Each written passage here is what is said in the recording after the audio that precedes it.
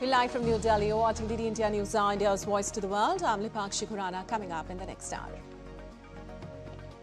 External Affairs Minister Dr. S. Jaishankar begins his visit to Singapore, discuss gamut of issues with his counterpart, also to visit China to attend SCO ministerial meet. Gaza ceasefire talks in the balance as Hamas and Israel accuse each other of blocking attempts to strike a deal. Mexican president says trade deal with US still possible as Trump threatens 30% tariffs on Mexican imports. EU chief vows to take all necessary steps to safeguard bloc's interest. Analysts voice concern. In cricket, Lord's Test hangs in balance after India match England's first innings score of 387 runs on an attritional day 3 of the third test. And thrilling showdown awaits in Wimbledon as Carlos Alcaraz to face Jannik Sinner in men's singles. Iga Swiatek lifts a maiden Wimbledon title with 6-0 win over Amanda Anisimova.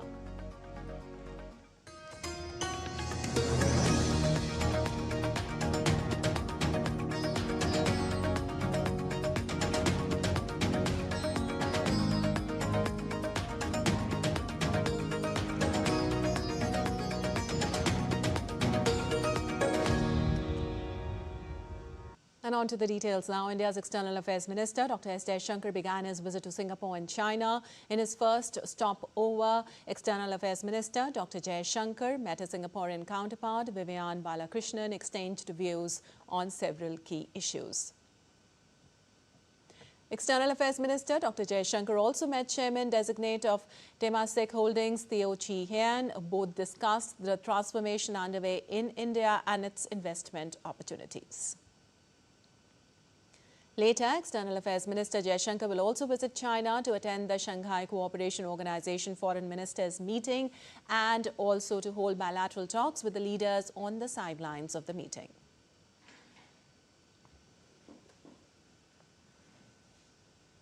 Well, last year, India actively engaged on the world stage, showcasing a pragmatic foreign policy that significantly boosted its international standing.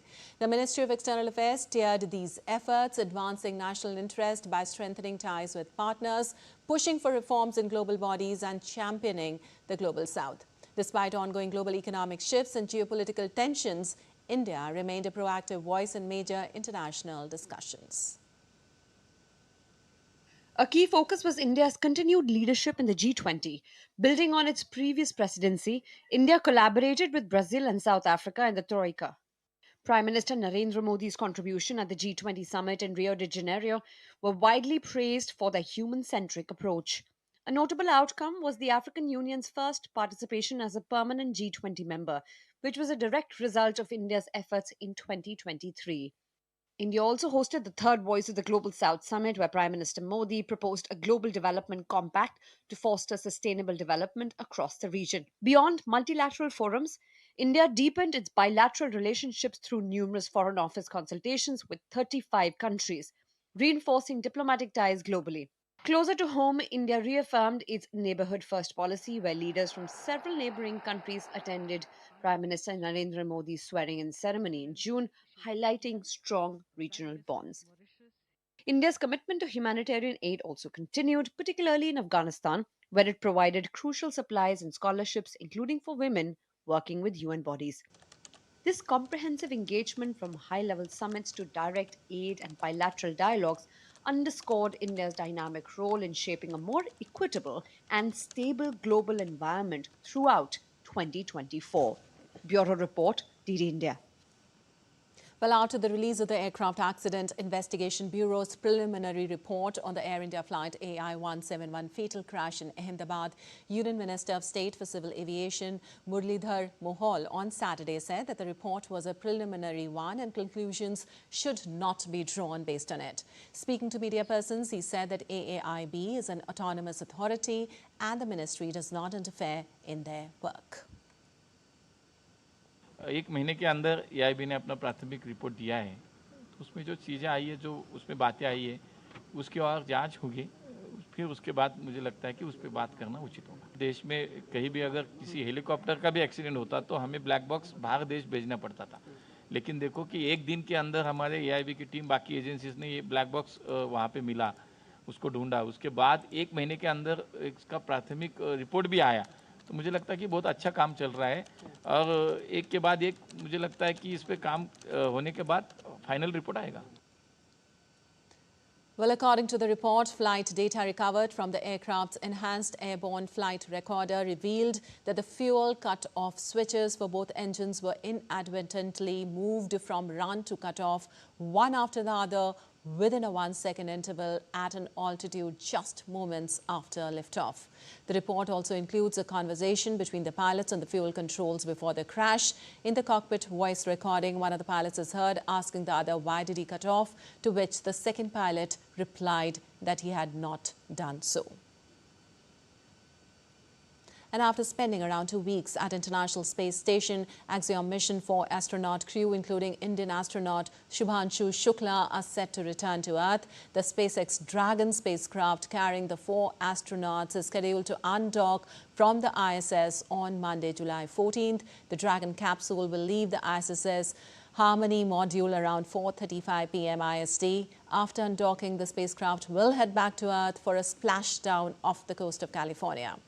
While arrival back to Earth, splashdown scheduled for 15 July at 3 p.m. IST. These timings have a margin window of approximately 1 hour. An Indian embassy in Guyana handed over IT equipments to schools in the South American nation on Friday. Coinciding with Guru Purnima celebrations, IT equipment was handed over to the IT lab at the Saraswati Vidyaniketan School at Cornelia Ida in West Coast Demerara, Guyana, as part of expression of gratitude and token of friendship between India and Guyana. The gift of equipment is a symbol of friendship between the people of India and the people of Guyana, was a gift from the people and Government of India to the school, which is one of the prominent schools in Guyana, recognized for its academic excellence as well as value-based education, preserving and promoting shared culture, heritage and traditions, stated for High Commissioner of India, Dr. Amit Tilang. And in a significant milestone for global healthcare innovation, the World Health Organization acknowledged India's pioneering efforts in integrating artificial intelligence with traditional medicine systems, particularly Ayush systems. Well, WHO, in its technical brief titled Mapping the Application of Artificial Intelligence in Traditional Medicine, applauded India's efforts to harness the potential of artificial intelligence to advance and amplify the strengths of its Ayush systems, reflect the broader vision of Prime Minister Narendra Modi, who seeks to position the country as a global leader in digital health innovation and the integration of traditional medicine. WHO publication not only validates India's growing influence in the global traditional medicine landscape, but also acknowledges several key Indian innovations in the AI and Ayush space. Also, the document applauds India's broader efforts in incorporating digital platforms for online consultations, promoting digital literacy among Ayush practitioners, and building interoperable systems to integrate traditional medicine with mainstream healthcare.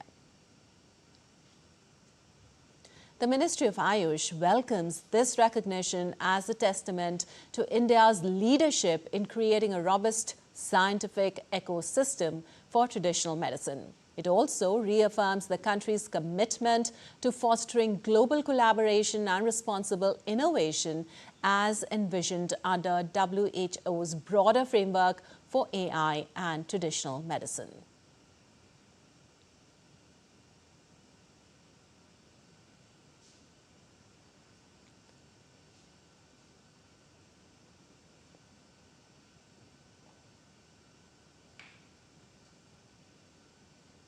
Well, the All India Institute of Ayurveda in New Delhi is organizing Shalyakon 2025, a 3-day national seminar in celebration of the auspicious Sushruta Jayanti. Celebrated annually on the 15th of July, Sushruta Jayanti commemorates the legendary Acharya Sushruta, revered as the father of surgery.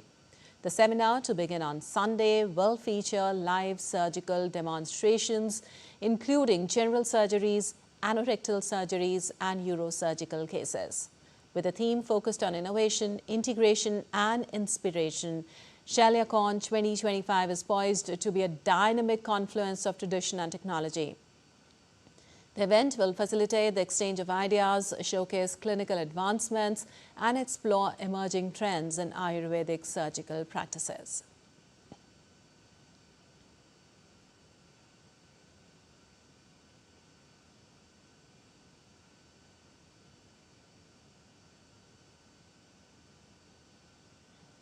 And in a major announcement, the President has nominated former diplomat Harsh Shringla and eminent lawyer Ujjwal Nikam, who helped prosecute 26/11 attack terrorist Ajmal Kasab, to the Rajya Sabha. In a Gazette notification put out by the Ministry of Home Affairs, 4 members were nominated to the upper house of the Parliament, which comprised people from varied backgrounds, including diplomacy, the legal fraternity, historian and social worker. Those who were named on the MHA list of nominees included Harsh Shringla, an accomplished diplomat, Ujjwal Nikam, a lawyer, Meenakshi Jain, an eminent historian, and Sadanandan Master, a Kerala teacher.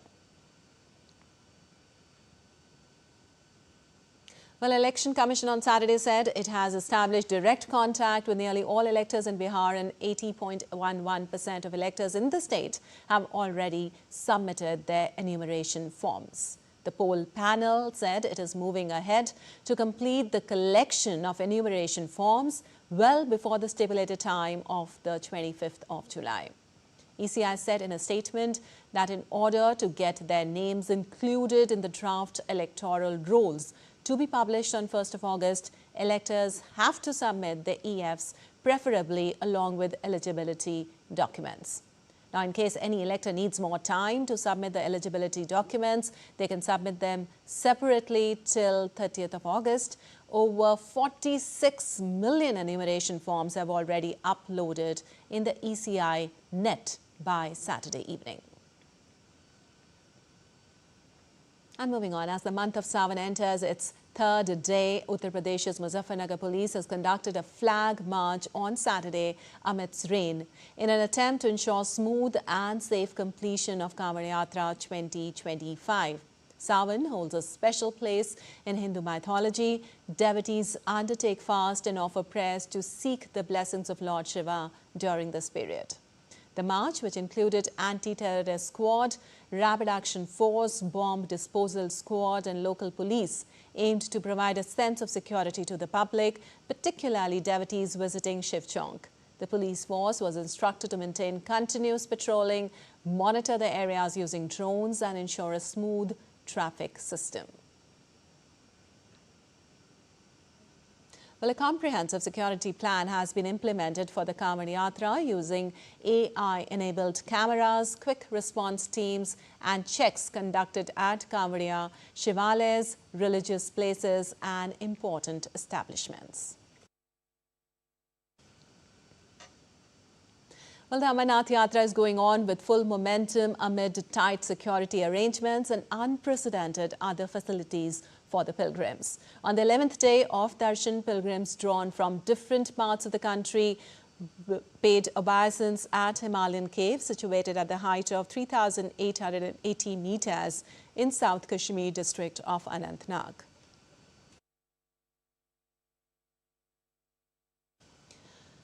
Ramban district administration makes arrangements for maintaining cleanliness and sanitation for Amarnath Yatra route for the convenience of pilgrims. Yatris are totally satisfied with arrangements, saying that they don't face any problem while embarking on holy pilgrimage ride from Jammu to Cave Shrine.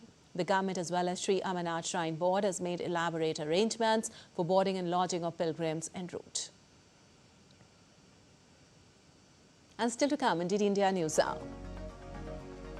North Korea's Kim confirms unconditional support for Russia in Ukraine conflict. France announces historic deal creating new Caledonia state that stays French. And Bavaria's fairy tale royal castles added to the UNESCO's World Heritage List.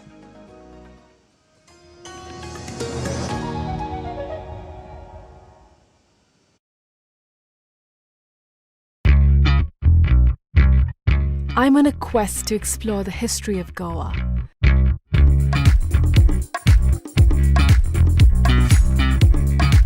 A land steeped in diverse and intersecting cultures and traditions.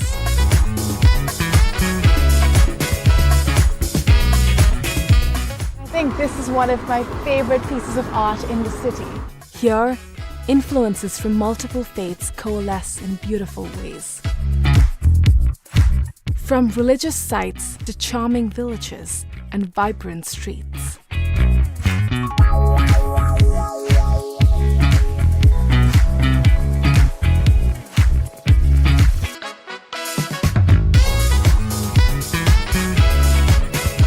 Watch postcards from Goa on National Geographic.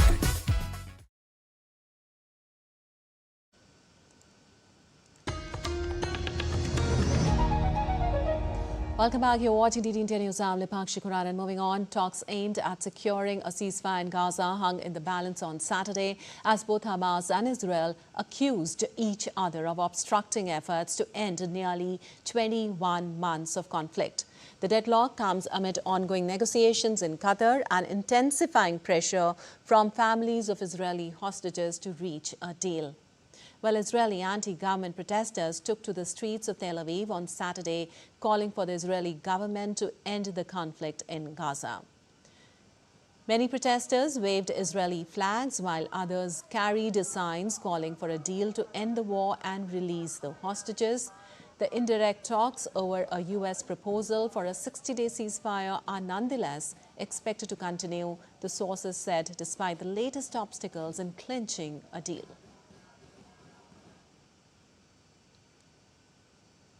And Mexican President Claudia Sheinbaum on Saturday expressed her belief that an agreement with the United States can be reached before the 30% tariffs announced by President Donald Trump takes effect on 1st of August.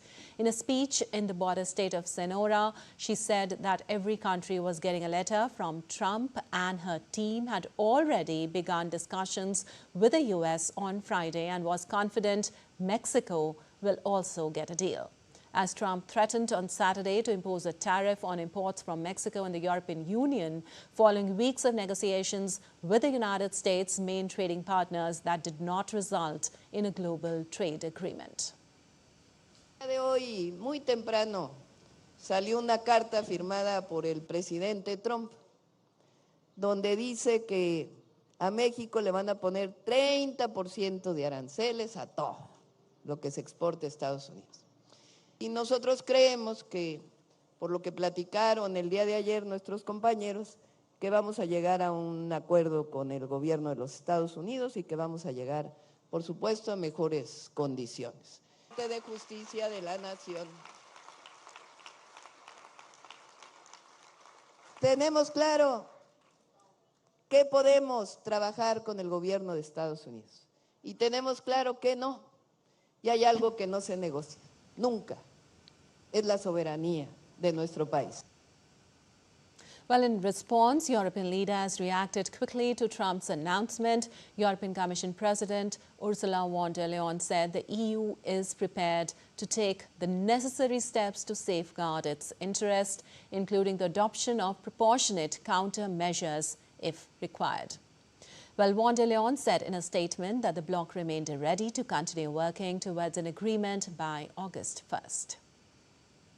While European Council President Antonio Costa said the European Union remains firm, united and ready to protect its interest, adding that tariffs fuel inflation and create uncertainty.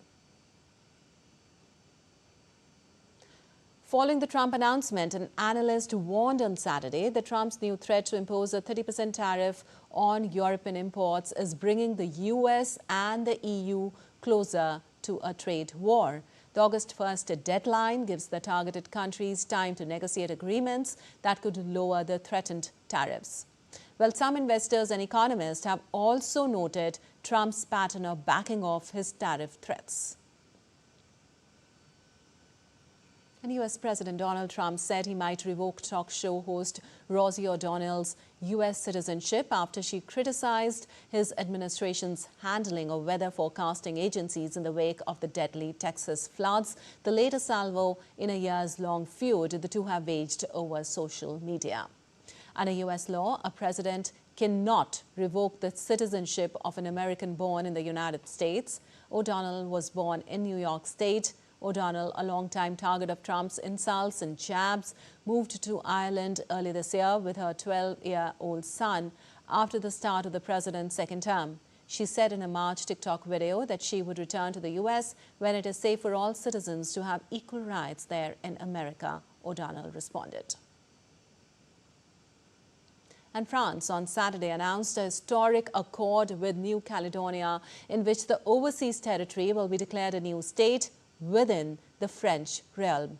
The 13-page accord reached on Saturday after negotiations in Paris between the French government and groups on both sides of the territory's independence debate proposes the creation of a state of New Caledonia with its own nationality. The talks were convened by French President Emmanuel Macron after an earlier series of talks held between February and May 2025 failed to yield an agreement.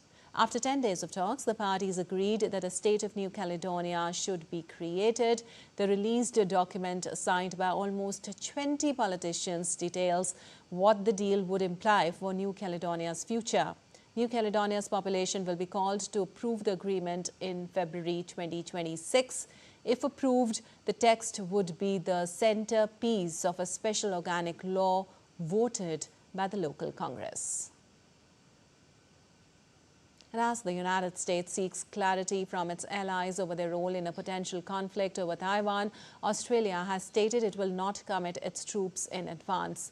Speaking to the Australian Broadcasting Corporation, Defence Industry Minister Pat Conroy said that the decision to commit Australian troops to a conflict will be made by the government of the day, not in advance, but by the government of the day. Conroy said Australia will decide its role when the time comes. The minister said that Australia prioritizes its sovereignty and will not discuss hypotheticals. Conroy added Australia was concerned about China's military buildup of nuclear and conventional forces and wants a balanced Indo-Pacific region where no country dominates.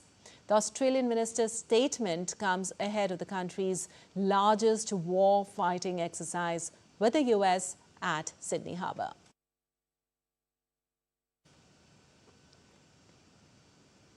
A North Korean leader, Kim Jong-un, offered Moscow his full support on the Ukraine conflict during talks with Russian Foreign Minister Sergei Lavrov.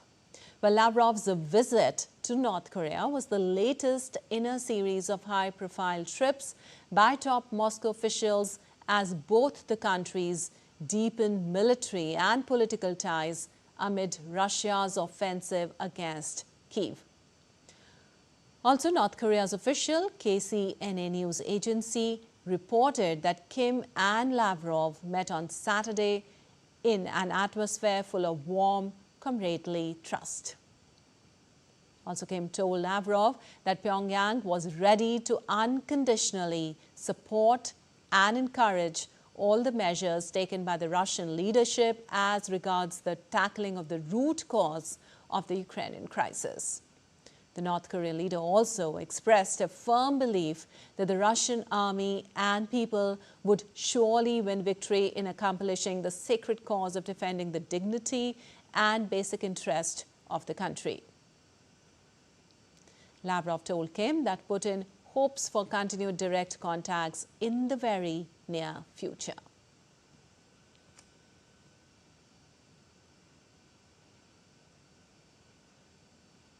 And as US President Donald Trump reaffirmed Washington's commitment to resuming weapons supply to Ukraine, Ukrainian President Volodymyr Zelensky stated that high-level talks are scheduled for next week with the US.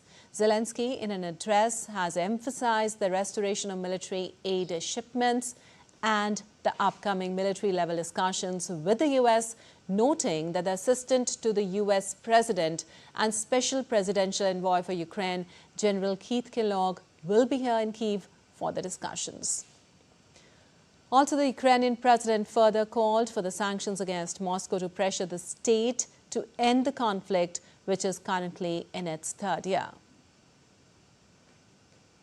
Early on Tuesday, Trump, during his meeting with Israeli Prime Minister Benjamin Netanyahu at the White House, reaffirmed Washington's commitment to bolstering Ukraine's defense capabilities, stating that the U.S. would be sending weapons to Ukraine to defend itself from Russia. Also, Trump on Thursday stated that the U.S. would be providing weapons to NATO allies who can then transfer them to Ukraine.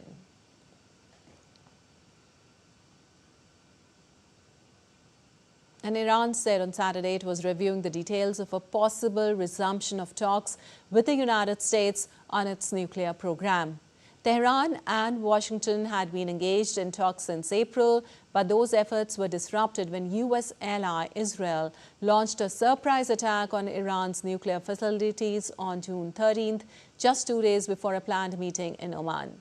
Meanwhile, Iran has planned to cooperate with the UN nuclear watchdog despite restrictions imposed by its parliament, Iranian Foreign Minister Abbas Araghchi said on Saturday, but stressed that access to its bombed nuclear sites posed security and safety issues. The new law stipulates that any future inspection of Iran's nuclear sites by the International Atomic Energy Agency needs approval by the Supreme National Security Council, Iran's top security body. And the Sudanese army was locked in heavy fighting on Saturday with paramilitaries who had advanced into the battleground Darfur city of El Fasher. Residents El Fasher woke by the sound of heavy exchanges of machine gun fire on the streets of the city, where over 1 million people have been under siege by the paramilitaries since May last year.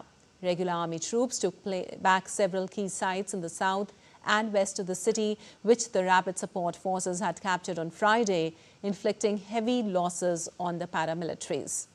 The city is gripping persistent unrest in the region. United Nations has repeatedly warned of the plight citizens who are forced to seek shelter in makeshift bunkers dug in courtyards and in front of houses. Nationwide, tens of thousands of people have been killed since the conflict erupted in April 2023 and more than 14 million driven from their homes. And U.S. Homeland Security Secretary Kristi Noem said that more than 286,000 migrants have been arrested since President Donald Trump returned to office and announced the ongoing talks with 5 Republican-led states to build new migrant detention centers modeled after Florida's controversial alligator Alcatraz, a remote facility located 37 miles from Miami in a wildlife-heavy wetland. She also highlighted recent enforcement successes, including the arrest of 600 suspected terrorists and over 27,000 members of the Venezuelan-linked Trente Aragua gang. Standing beside a display of seized weapons and drugs, Noem also said 25 kilograms of cocaine and numerous firearms were confiscated in Florida in the past 2 weeks. We have, since President Trump has been in office, arrested over 286,000 illegal aliens. We have also recognized that 70% of those individuals have had criminal charges convicted. They were convicted of them, or they have them pending against them. By far, we have focused overwhelmingly day after day after day on bringing in the worst of the worst and getting them off of our streets. And still to come in DD India News. US ends case against doctor over alleged COVID vaccine scheme. We'll give you all the weather updates from around the world. And Chile returns 19 ancient artifacts to Peru, highlighting joint fight against illicit cultural trafficking.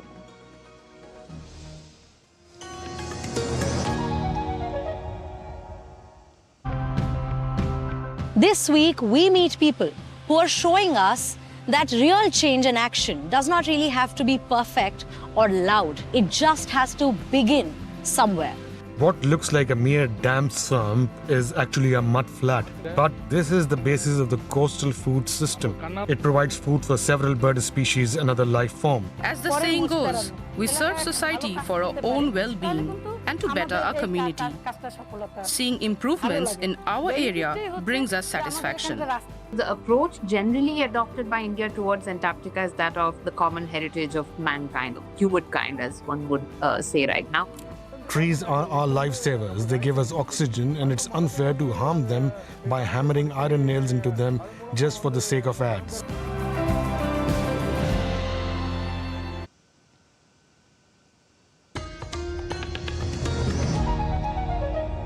Welcome back. You're watching DD India News. I'm Lipakshi Khurana, and time now for a quick recap of the headlines. Gaza ceasefire talks in the balance as Hamas and Israel accuse each other of blocking attempts to strike a deal.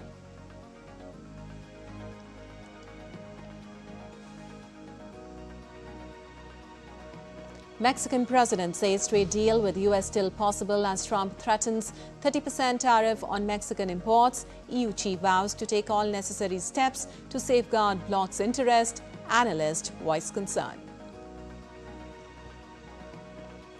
External Affairs Minister Dr. S. Jaishankar begins his visit to Singapore, discuss gamut of issues with his counterpart, also to visit China to attend SCO ministerial meet. In cricket, Lord's Test hangs in balance after India matched England's first innings score of 387 runs on an attritional day 3 of the third Test. And thrilling showdown awaits in Wimbledon as Carlos Alcaraz to face Jannik Sinner in men's singles. Iga Swiatek lifts maiden Wimbledon title with 6-0 win over Amanda Anisimova. And news just coming in, 8 Khalistani terrorists, including one wanted in India by the National Investigation Agency, have been arrested by the Federal Bureau of Investigation from different parts of the US. Among the 8 arrested Khalistani terrorist in Paviter Singh Batala, who is a gangster in Punjab and is wanted for carrying out terror activities at the behest of the banned terrorist organization Babbar Khalsa International. Well, during a raid in San Joaquin County, California, the FBI seized 5 handguns, including a fully automatic Glock, an assault rifle, hundreds of rounds of ammunition, high-capacity magazines, and over $15,000 in cash. The anti-terror agency has also filed a charge sheet against Batala.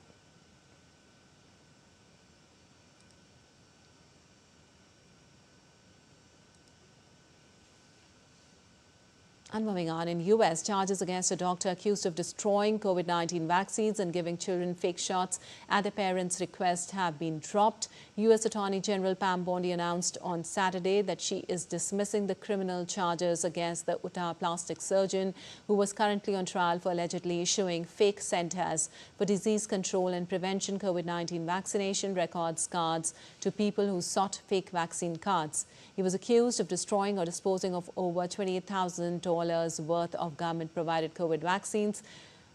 Moore, who faced decades behind bars, was also accused of administering a saline solution to children at the behest of their parents so that they would think they had been vaccinated against COVID. While Nigeria slapped 44 Boko Haram jihadists with jail terms of up to 30 years for funding terrorist activities, the convicted were among 54 suspects arraigned in 4 specially constituted civilian courts set up at a military base in the town of Kenji in central Niger state. On Wednesday, Nigeria resumed trials of the suspect 7 years after it suspended prosecution of over 1,000 people suspected of talks with the jihadist group that has been waging an insurgency since 2009 to establish a caliphate. In October 2017, Nigeria began mass trials of the Islamist insurgents more than 8 years after the start of the violence. That phase of the trials, which lasted 5 months, saw the convictions of 200 jihadist fighters with sentencing ranging from death penalty and life imprisonment to prison terms of 20 to 70 years.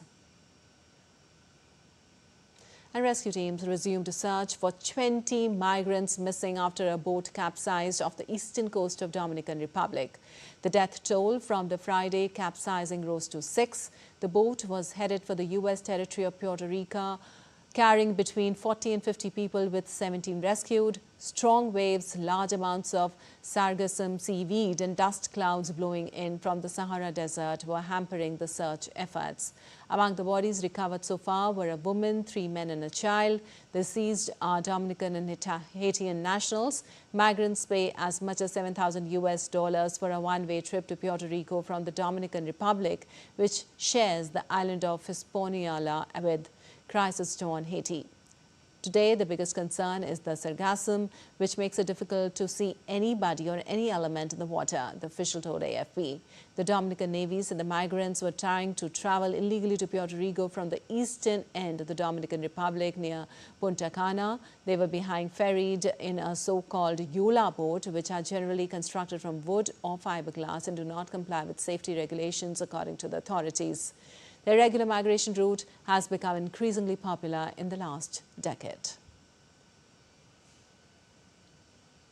And now let's look at some weather updates from around the globe.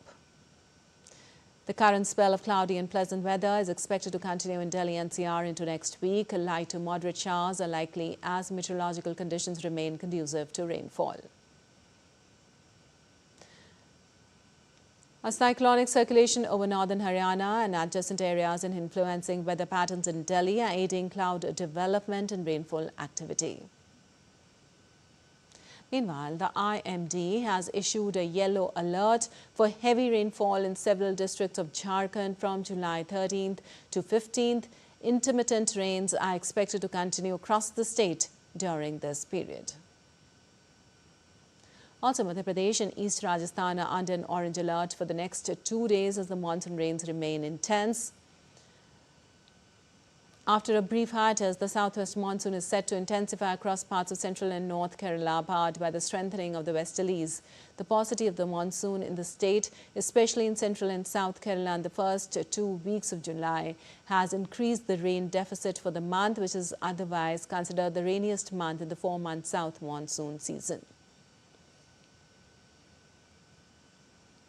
In the sweltering heat of the desert near the Grand Canyon, Americans fight for electricity and amid scorching heat. 70-year-old resident in Tonalia, United States, is finally getting electricity. For the first time in her life, she'll be able to plug in a fan and maybe even air conditioning. While most of the U.S. was electrified by the year 1930s, thousands of Navajo families remain without access to power. More than 10,000 households across Arizona and New Mexico are still living without basic electricity in 2025. The delays are due to a combination of historical neglect, funding shortfalls, and the sheer size and remoteness of the territory, which is larger than West Virginia. As heat waves intensify across the southwest U.S., lack of electricity is becoming not just an inconvenience, but a life-threatening issue. And Londoners braced for the most of Britain's hot weather by taking to the water in the Regent's Park. According to UK's Met Office weather report, temperatures peaked to 30 degrees Celsius. Over 20 people rented small pedal and row boats in the North London Park to get respite from the scorching heat. Other Londoners were spotted sunbathing on the park's parched grass, while some took the opportunity to seek shade under trees. Authorities will arrange cool spaces and water fountains and help Londoners cope with the continued heat.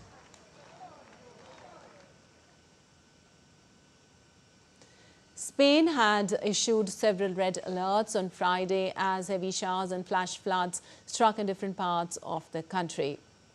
2 people were missing after much of the region in northeast Spain was hit by torrential rains. Spain's Renfe train company suspended all train travel throughout Catalonia for a few hours as a precaution before resuming service later in the day.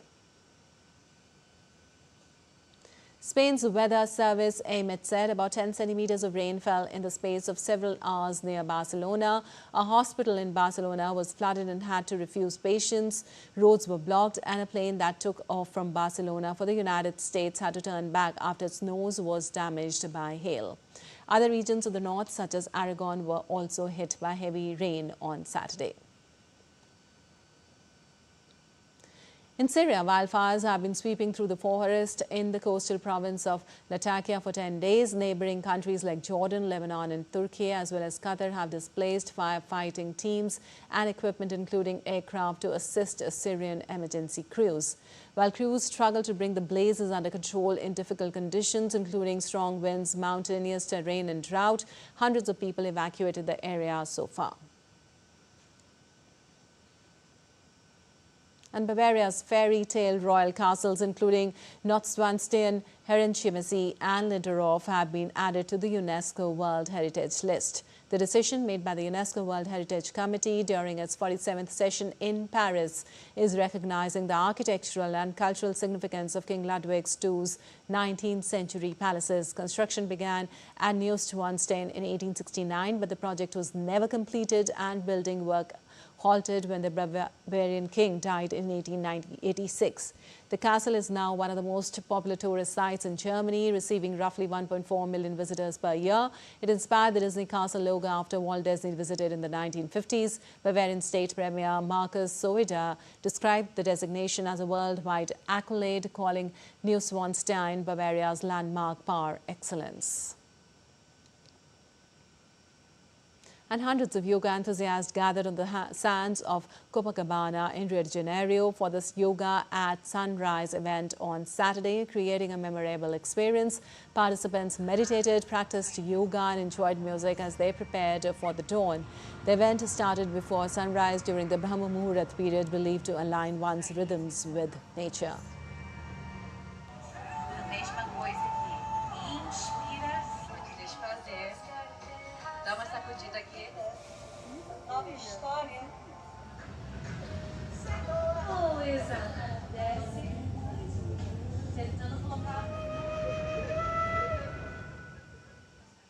And now let's take a look at other stories making news around the world today. Chile returned 19 archaeological pieces to Peru in a ceremony held on Friday at the National History Museum in Santiago. The artifacts dating between 600 and 1476 AD were handed over by Chilean authorities to the Peruvian embassy. Both the nations also emphasized the importance of international cooperation in combating the illicit trafficking of cultural goods.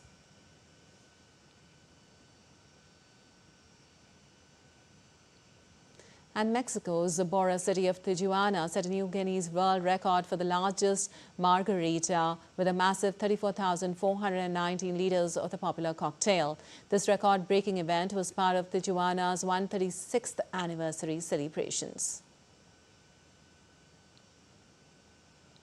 Well, after 8 years of research, archaeologists have unveiled images of Penico, a 3,800-year-old archaeological site in the Huaura province of Lima, Peru. Known as the city of social integration, Penico flourished between 1800 to 1500 BC and served as a vital urban center in the Supe Valley. Tens of thousands of techno fans attended the rave, the Planet Parade in Berlin, marching under the slogan, "Our future is now." Despite heavy rain, the crowd's enthusiasm remained high, with 35 parade floats and 290 artists entertaining the audience. And time for a short break. We'll be back in a while.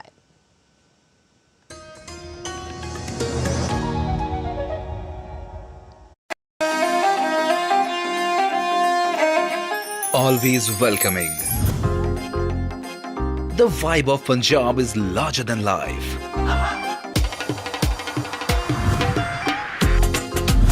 Warm up to grandeur that's beyond compare.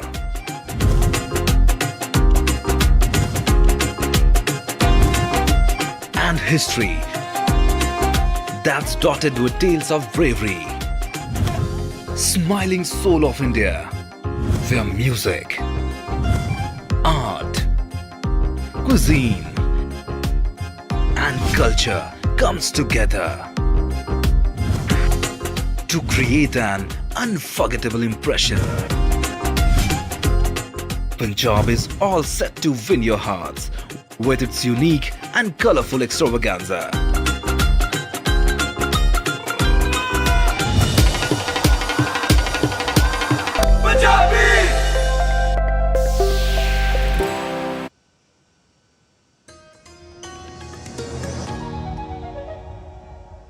Welcome back. You're watching DD India News. I'm Lipakshi Khurana. And moving on, President of India Draupadi Murmu has nominated former diplomat Harsh Shringla, eminent lawyer Ujjwal Nikam, C. Sadanandan Master and Meenakshi Jain to Rajya Sabha, to the upper house of the Indian Parliament. Extending his best wishes on the Ujjwal Nikam's nomination, Prime Minister Narendra Modi wrote on X, and I quote, Shri Ujjwal Nikam's devotion to the illegal field and to our constitution is exemplary. He's not only been a successful lawyer, but also been at the forefront of seeking justice in important cases. During his entire legal career, as always, worked to strengthen constitutional values and ensure common citizens are always treated with dignity. It's gladdening that the President of India has nominated him to the Rajya Sabha. My best wishes for his parliamentary innings.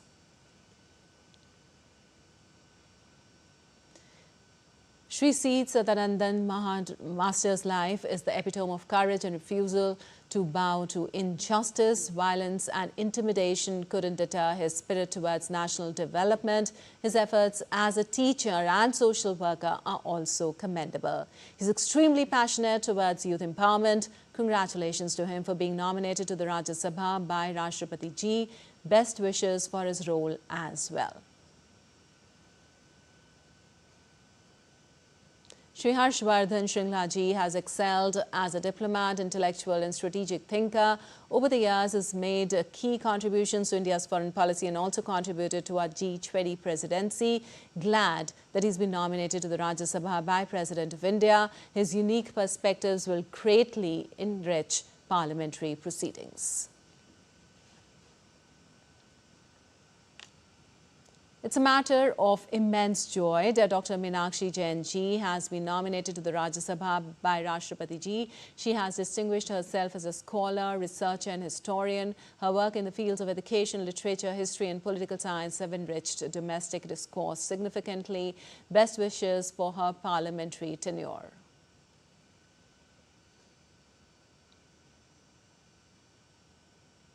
Well, you're watching DD India News. Our time now for some sports news. India's third test against England at Lord's remains delicately poised after a day of grind and drama, with KL Rahul notching a sublime century to steer India to parity on day 3. His composed knock of 100 of 177 balls, coupled with crucial contributions from Ravindra Jadeja and Rishabh Pant, helped the visitors post 387, matching England's first innings total on a pitch showing variable bounce and subtle turn. In the final minutes of the day, tensions erupted as England came out to bat. Zach Crawley repeatedly delayed Jasprit Bumrah's over, provoking an angry reaction from Shubman Gill, who confronted the batters in a heated exchange. Crawley and Ben Duckett eventually saw out the lone over as England finished 2 for 0 with a slender 2-run lead. With the pitch deteriorating and emotions running high, day 4 promises a compelling contest in this finally balanced test. And DD India's Abhishek Mahajan joins us for more on the match. Well, Abhishek, it's been a high-intensity match for 3 days. Where do you think the match is heading to? Who do you think has an upper hand? Yes, Lipakshi, good morning. It was a rush of blood we saw in the end on day 3. But yes, it can go either side, Lipakshi. We might say, England can also win here, India can also win, and the match can end in a draw also. So all 3 results possible. But yes, it was a high drama, high intensity game on day 3. We saw yesterday. We'll talk about that. But yes, 4th day, bowling will be very crucial. We all know that Bumrah is head and shoulders above the rest of the bowlers, not only in India but the rest of the world. But a lot will depend on Jasprit Bumrah, and the rough also has been created. 4th day wicket, so Ravindra Jadeja will also be very crucial on day 4. And how often, Lipakshi, do you see that scores ending on the same score? I mean, England score, India matched the England score, but yes, credit to how KL Rahul played second 100 at Lords and Ravindra Jadeja also. I mean, those two wickets were very crucial when KL Rahul got out, and also the run out of Rishabh Pant. So that was very crucial. And that time everyone thought that India may not reach to the England total. But yes, credit to how Ravindra Jadeja and Washington Sundar played. Ravindra Jadeja, it was his third consecutive half century in the series. But yes, scores level, and then it was high drama in the end. But yes, a lot will depend on how England bowl. I think somewhere around 270 to 80. India will have to chase in the fourth innings. It will not be easy looking at the way how England bowlers have bowled in the entire series. But yes, Indian batters are in form, and lot will depend on Shubman Gill, whatever target they get to chase. But yes, first things first, it will be very interesting how Indian bowlers bowl, and they would like to restrict England batter to somewhere around 250 to 60. All right. Also, Abhishek, there's been a lot of talk as to what happened in that last over of England's second innings. If you could elaborate for our viewers as to what exactly transpired. Yes, Lipakshi, it was a high drama. We saw, rush of blood we saw in the end, and that happens. England batters were tired. They had fielded the entire day, and they got only 6 minutes. Indian bowlers only got 6 minutes to bowl. So 2 overs to be precise. But yes, those were the time delay tactics that we call in cricket. They were playing time, England. So first, Zach Crawley in the third ball, if I'm not wrong, in the Jasprit Bumrah's over. He stopped Jasprit Bumrah when he was about to bowl, and then 2 balls later, Jack Crawley was hit on the was hit on the gloves, and he suddenly signaled towards the dressing room. He wanted to call the medical team, and that in fact created a lot of moments, in the sense that Shubman Gill was angry. Entire team was a bit unhappy with Zach Crawley. And then the good thing was that the entire team, they were together, and there were also heated exchanges between Shubman Gill and Zach Crawley. They were pointing fingers at each other. And we saw we saw in the previous series also, same thing happened between Virat Kohli and the England player. But yes, we all know same thing happened in the previous series also, and how India came out and performed exceptionally well. So these things happen in cricket, and high intensity game. But yes, like I said, fourth day today will be very, very crucial. Of course, it's very, very crucial. Thank you so much, Abhishek, for all that information. And the tennis world is set for another blockbuster showdown. Just 35 days after that unforgettable French Open final, Carlos Alcaraz and Jannik Sinner are ready to renew their rivalry, this time on the hallowed lawns of Wimbledon. Their rivalry is defining this new era. They've shared the last 6 Grand Slams, and Alcaraz leads the head-to-head 8-4. A report by DD India's correspondent Narayan Singh. Last time Carlos Alcaraz and Jannik Sinner met in a Grand Slam final, the tennis world witnessed one of the greatest matches in the recent memory. A 5.5-hour marathon match in the French Open final that had everything: drama, intensity, and history. Just 35 days later, they are back at it again. This time it's the Wimbledon final 2025. And the stakes couldn't be higher. World number 1 Jannik Sinner comes into the final in top form. He hasn't dropped a set all tournament and cruised past Novak Djokovic in the semi-finals, ending 24-time Grand Slam champions' hopes for yet another title. And on the other side is defending champion Carlos Alcaraz, who had to dig deep throughout the fortnight, from a 5-set scare in the first round to powering past Taylor Fritz in the semis of the Wimbledon. Spaniard is looking hungry to lift his 4th major title. But let's rewind for a moment. In that unforgettable Roland Garros final, Sinner was 2 sets up. He had 3 championship points, but Alcaraz, he refused to go away. The 22-year-old mounted a stunning comeback to snatch the title, showing the world why he is called the successor of the Big Three. The rivalry is quickly becoming the centerpiece of the new era in the men's tennis. Alcaraz and Sinner have won the last 6 Grand Slams between them. That's how dominant these two have become. As for head-to-head records, Alcaraz leads 8-4, including 5 straight wins over Sinner, the most recent being that dramatic win in Paris. But here is a twist. The only time they have played on grass was right here at Wimbledon in 2022, and Sinner won that match. So, can the Italian flip the script again on the center court? Or will Alcaraz extend his streak and defend his crown? One thing is for sure, this rivalry is just getting started, with both players still in their early 20s. Expect many more slams finals between them. And in women's singles, Iga Swiatek lifted her maiden Wimbledon title with 6-0 win over Amanda Anisimova on Saturday.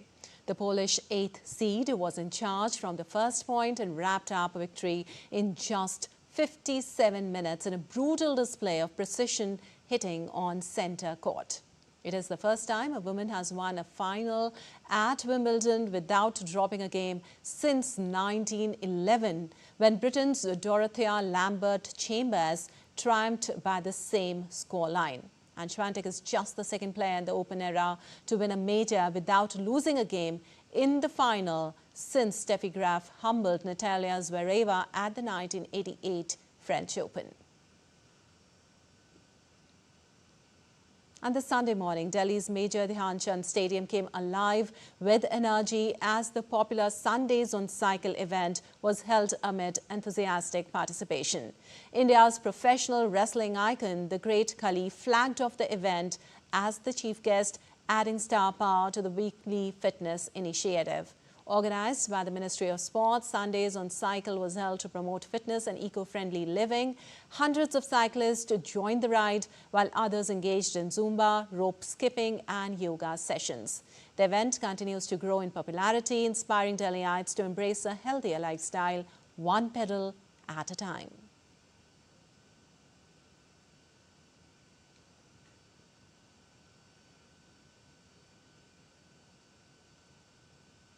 All right, that's all for this edition of DD India News Hour, but let us know your thoughts on the news of the day. For those on the go, you can get all the latest news and updates from India and across the world on the DD India mobile app. The app is available on both Android and iOS platforms. Scan the QR code on the screen to download now. We'll be back with more news as it breaks here on DD India. I'm Lipakshi Kurana from all of us here in Delhi. Thanks for watching DD India News Hour.